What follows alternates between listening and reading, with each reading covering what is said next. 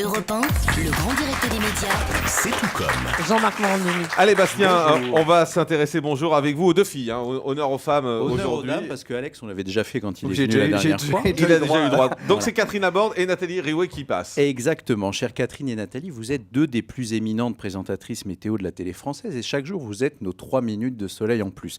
Et pourtant il vous suffit d'annoncer quelques gouttes pour nous dégoûter et de prévoir une vague de froid pour susciter l'effroi auprès de tous ceux pour qui sonne le verglas.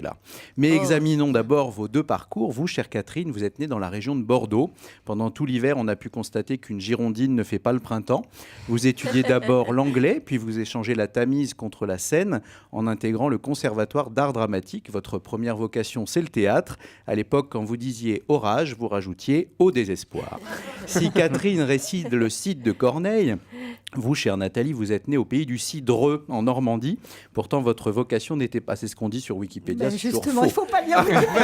Ah, Alors, c'est la Bastien, troisième image, erreur écoutez, en 2 ans. Bravo Bastien. Et vous allez voir comment on rattrape à chaque fois. Donc, Ouais. imaginons que vous soyez né en Normandie. Oui, alors imaginons, Votre, parce qu'il y en a votre d'autres erreurs. vocation n'était donc pas de presser des pommes, même si vous avez suivi des études d'attaché de presse. Ah, J'ai cru que vous alliez dire même si vous êtes une poire. Mais non. Non. j'ai pas. Merci Jean-Marc. Quelle inélégance. Oui. C'est sur la On a 5. l'habitude. C'est sur la 5 en 87 que vous démarrez C'est avec vrai. Bourré et vous y présentez le bulletin D'accord. météo. Vous y présentez le bulletin météo, mais aussi des reportages sur l'environnement. Ouais. Malheureusement, la 5 ne connaît pas vraiment un développement durable et en 90, vous rejoignez Antenne 2, vous n'êtes pas longue à vous acclimater et chaque jour, vos bulletins sont archimatés.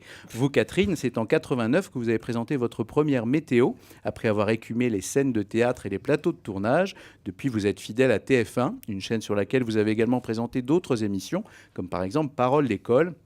Et puis, vous êtes aussi une consoeur de Julie avec vos présentations de télévitrine.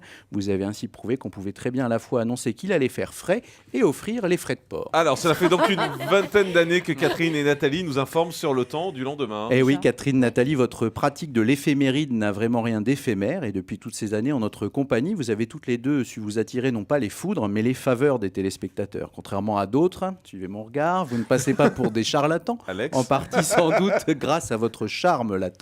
Pourtant, aucune de vous n'a reçu de formation scientifique. Pour bien comprendre comment se formait le gel ou le brouillard, vous avez dû vous montrer débrouillarde, si bien qu'aujourd'hui, vous n'êtes plus des bleus devant votre fond vert. Ce rôle vous va comme un gant, voire même comme un ouragan. Cela ne vous empêche pas d'avoir d'autres cordes à votre arc-en-ciel. Vous, Nathalie, en plus de donner la météo sur notre antenne, vous êtes parfois montée sur les planches. Quand les animateurs de France Télé s'étaient lancés dans l'opérette Trois jeunes filles nues, vous y faisiez entendre votre voix et il ne s'est pas mis à pleuvoir pour autant. Quant à vous, Catherine, en plus de votre carrière de comédienne déjà évoquée, vous faites rimer température et littérature avec une demi-douzaine de livres publiés. Après les rayons du soleil, ceux des libraires. Et au final, Bastien, quel regard portez-vous sur nos deux femmes?